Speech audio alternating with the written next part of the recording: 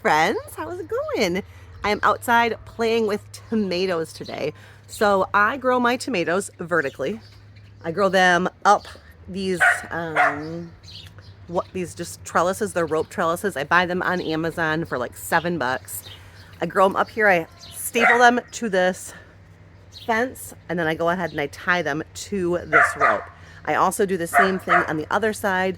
I've got a cattle panel over there, and I do them on rope trellises out in the driveway as well. So I'm gonna go ahead and show you how I prune and tie them up. Again, there are many ways to do tomatoes. This is my way. It works for me. If you like it, feel free to try it. But there are other ways too. This is not the end all and be all way to tomatoes, but this is my way.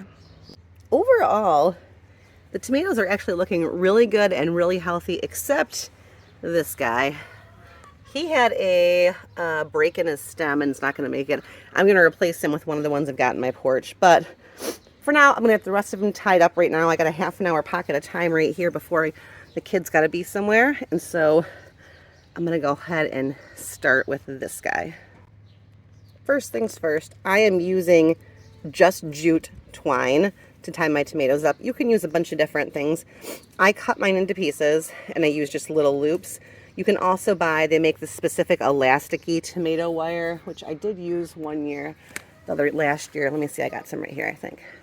It looks like this, and it's stringy. This is what a lot of people use if they want to tie them up and wrap it around the stems because it does not hurt them too much. I have this trellis right here, so I'm just going to tie mine to the trellis, and I'm going to leave a lot of extra room so that I don't hurt the stem. I give it room to grow still. Before we tie it, I am going to prune it. And what I'm going to do is I'm going to find my first blossoms. So my first blossoms are up here on the top. That means anything under there, I can prune off. Now, my goal is to keep any kind of foliage or leaves from being close to the ground. This is going to do two things for me. First, it is going to keep water from splashing back onto the plant and causing damage or disease. The second thing it's going to do is, because I planted mine fairly close together, about 18 inches, it's going to help with airflow around the plants. So I'm just going to come in here, and if you do it early enough, you can just pick them off with your fingers. I'm just going to pick off any growth, and I'm actually going to do this branch down here too. Yeah, maybe. And then I'm going to come up here and I'm going to look and see what's going on. So here is my main stem. I'm going to follow it up. So these branches right here, not my main stem. They're going to go. There's my main stem right there. This branch is going to go. This guy's going to go. That's all that I took off this plant. And now it looks like this. It looks like a little tomato tree. And that is exactly how I want it to look. And then I'm going to go ahead and affix these together, and then every foot or so, I'm going to go ahead and add another string. So let me grab my string.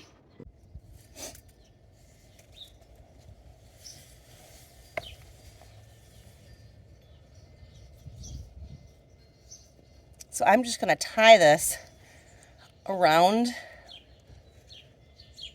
my trellis. I'm going to tie it in a knot, and look, I'm going to leave a ton of space here. And then I'm just going to go ahead and double knot it at this spot. Little ant on me. And I'm not going to pull it tight. I'm going to pull the knot tight, but there's this giant loop. So this is going to keep this from going too far, but still to leave it tons of circulation, tons of room to grow. I'm going to have all this beautiful air space down here. So I have lots and lots of good airflow. And I took all those branches off that are below the fruit. They're not helping. These branches up here are the ones collecting the sun, a little bit of water, and that are feeding what's going on up here with this fruit. These are just going to get in the way.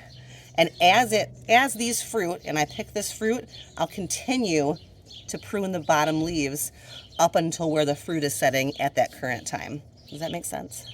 I'm going to try and get this whole row done before I have to go, so I'm just going to set you up and you can watch.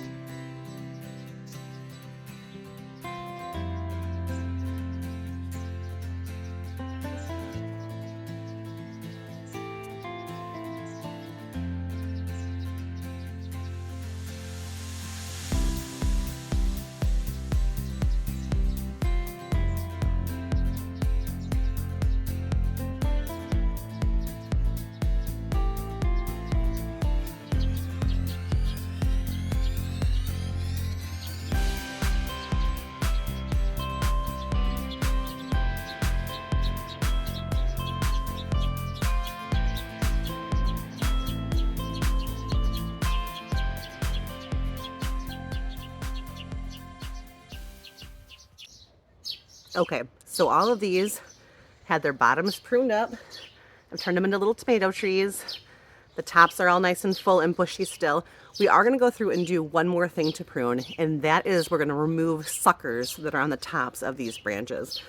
So tomatoes can come in one of two categories. They can be determinate or indeterminate tomatoes. A determinate tomato grows to a determined height and then stops.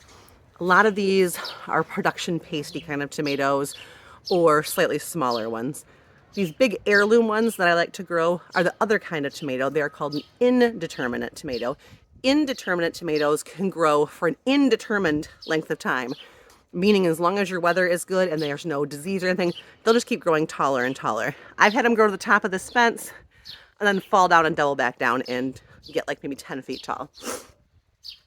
Because of that, because they'll grow to an indeterminate length, height, you want to keep tying them up and you want to keep them pruned really well so they don't get sick, and they will continue to produce all the way along the height of that plant.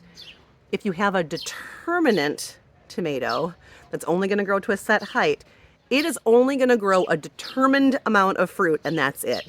If you prune a determinate tomato, you'll be pruning off fruit you could have had. It's not going to grow higher as a result or bushier as a result and make extra fruit. All the fruit it has is on that plant and that's it. So for these ones, you do want to prune suckers off because they're going to sap energy from the main branches and you'll get better fruiting, but a determinate you don't. Does that make sense? If you have questions, ask me in the comments and I'll answer them. But pretty much you want to prune indeterminates. You do not want to prune determinates. So with that said, now that I've pruned these little trees, I'm going to go ahead and look at the suckers and get those pruned now next. Okay, this is the clearest indication of a sucker I can find for you. So here is the main stem right here. Here is a leaf going off to the side. See how this leaf is growing out of the junction? They call it like the elbow of the plant. That's a sucker. That's trying to make its own little tomato plant. I'm going to go ahead and just pinch that out of there. And I want the plant to keep its leaf up here because this is the top part of the plant. But I don't want it to expend energy on trying to grow a big another stem out this side. I want to keep my one main stem. So that was a sucker. Look right here. Let me back you up a little. This little leaf, that's trying to make a sucker in the middle. I'm just going to come in and peel it out. Over here, oops, sorry, my focus is a little off. Here's the main stem. Here's a branch. This little guy right here, sucker. I'm going to peel him off. It's going to divert attention from this fruit that's trying to set with this blossom.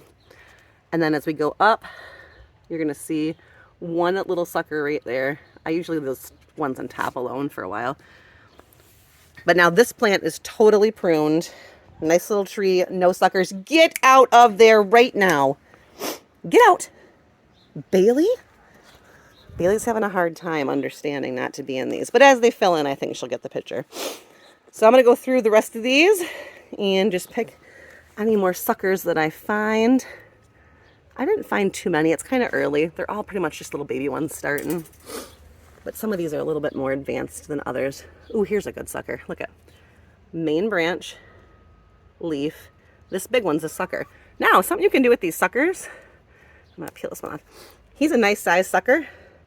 I could put this in water and it will grow roots and I can plant it and have myself another plant that's just a couple weeks behind this plant. If I had a longer season, that'd be great. Or if I didn't have backup tomato plants and I wanted to replace, for example, that dead one, I could put this in water and maybe in 2 weeks come out and plant it. It'll be behind, but it's better than the dead one, right? So you can always root your suckers.